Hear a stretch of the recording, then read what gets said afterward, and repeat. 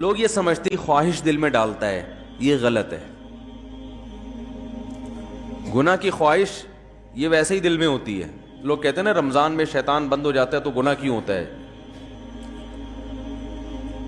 تو گناہ کی جو خواہش ہے نا، یہ شیطان، بڑی پیاری بات کی ہے علماء نے کہ شیطان کو اللہ نے حکم دیا تھا آدم علیہ السلام کو سجدہ کرو، شیطان نے نہیں کیا، تو شیطان کو کس شیطان نے ورگلایا تھا؟ کیا ہو گیا بھائی؟ شیطان کو کسی شیطان نے بولا تھا کہ سجدہ نہیں کرو، یہ مٹی سے بنا اور تمہاری ویلیو گر جائے گی، تم آگ سے بنے ہوئے، تم مٹی کو سجدہ کرو گے تو تمہاری ویلیو ختم ہو جائے گی۔ یہ پٹیاں کس نے بنائی تھی؟ کوئی اور شیطان تھوڑی تھا۔ شیطان کی اپنے ذات میں حسد اور جیلیسی۔ تو انسان دو وجہ سے گناہ کرتا ہے، ایک تو یہ کہ اس کے دل میں خواہشات پوری کرنے کی چاہت اللہ نے ویسے ہی رکھی ہے۔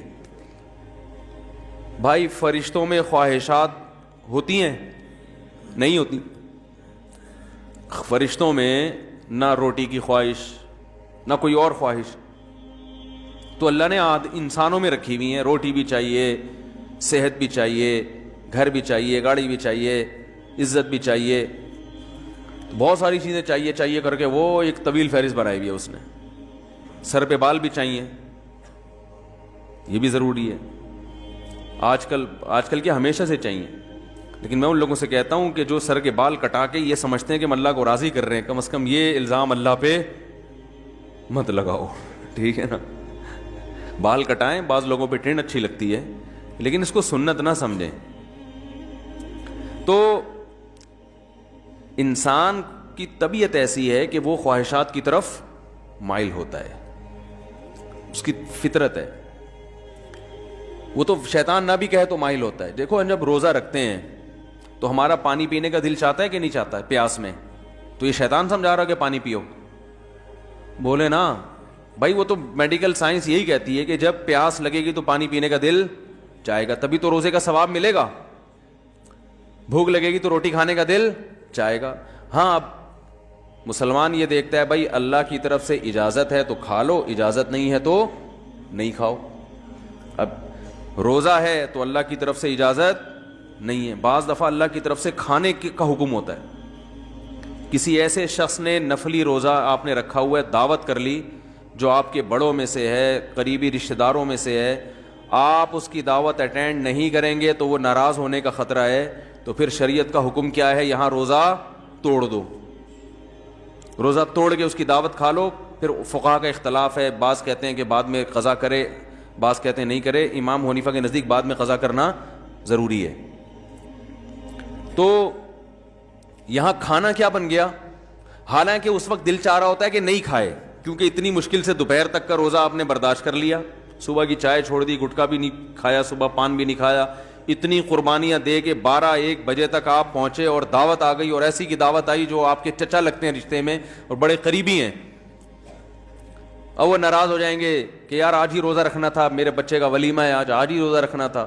تو بہتر کیا ہے کہ آپ روزہ، حالانکہ یہاں دل چاہ رہا ہوتا کہ نہیں توڑو، کیونکہ فقہ حنفی میں تو بعد میں قضا کرنی پڑے گی نا اس کو، یا تو چلو بالکل ہی غریبی میں معاف ہو رہا ہوتا، کہتے بعد میں کون قضا کرے گا یار، آج رکھ لیا۔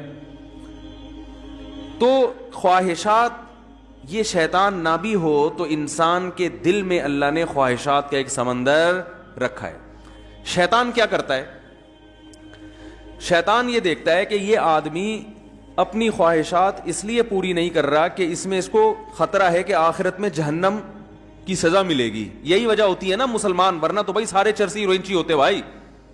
مجھے لوگ آ کے بتاتے ہیں کہ یار وہ فلاں کنٹری میں اتنے لوگ 99% لوگ ڈرگز لیتے ہیں۔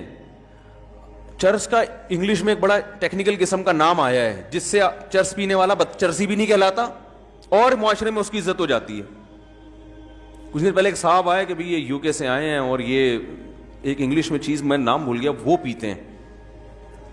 میں نے کہا یار یہ تو ہم سے زیادہ پڑھے لکھے ہیں، وہ ایسی خوبصورت چیز پی رہے ہیں۔ یہ انگلش میں نا بڑا ٹیکنیکل قسم کا نام تھا، تو میں نے کہا وہ اس کو اردو میں ترجمہ کیا، انہوں نے کہا چرس۔ تو میں نے کہا یہ بولو چرسی ہے بھائی۔ ان کو بولا تو نہیں میں نے، بے عزتی ہو جاتی. لیکن دل میں میرے خیال ہے ان کا سیدھا بولو بھائی یہ کیا ہے؟ چرسی ہے. مفتی صاحب اس کے ڈریسنگ پہ نہ جانا, اس کی انگلش پہ نہ جانا, ہے چرسی. اصل میں یہ ہونا چاہیے تھا. تو اب کیا ہے کہ وہ وہاں تو بہت زیادہ نشہ ہے نا, تو لوگ کہتے ہیں وہ اتنا نشہ کرتے ہیں, ہر آدمی شراب پیتا ہے, ہر آدمی زنا کر رہا ہے. تو میں کہتا ہوں بھائی وہ تو کریں گے. جب ان کا خیال ہے کہ زنا پہ کوئی سزا ہی نہیں ملنے والی ہے بھائی, تو 2 دن کی زندگی کوفت سے کیا فائدہ؟ لائف کو انجوائے کرو. وہ صحیح کر رہے ہیں اپنے حساب سے.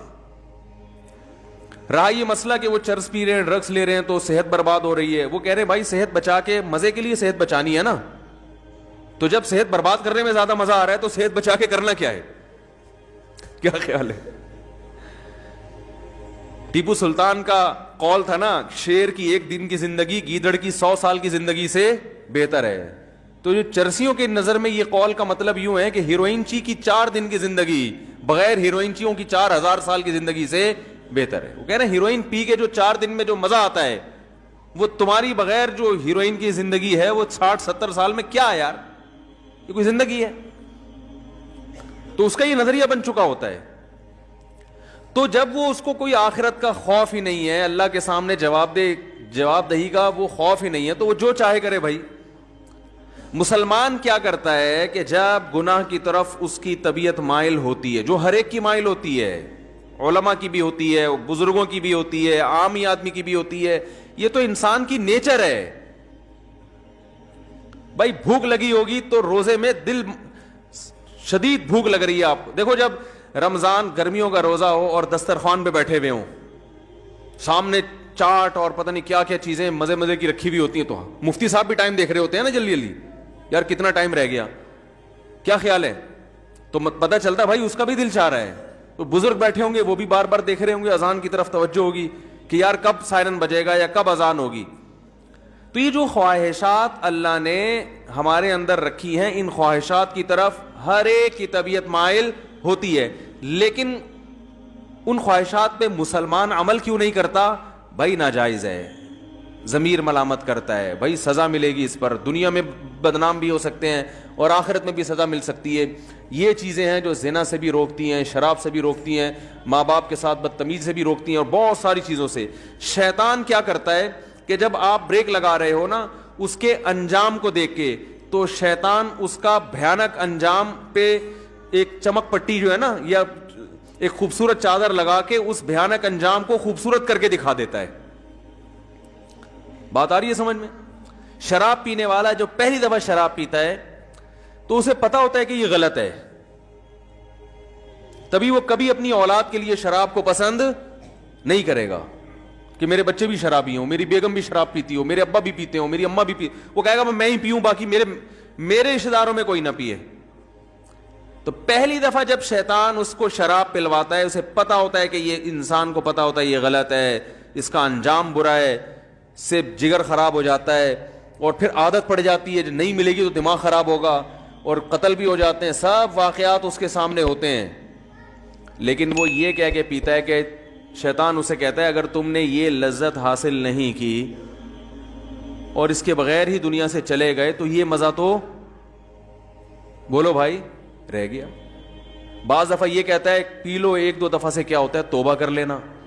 بعض دفعہ یہ کہتا ہے تمہاری ٹینشنیں اتنی ہیں کہ شراب کا جو نقصان ہے وہ نقصان اتنا زیادہ نہیں ہے جتنا یہ ٹینشن تمہیں نقصان دے رہی ہے, تو علاج کے طور پر پی لو.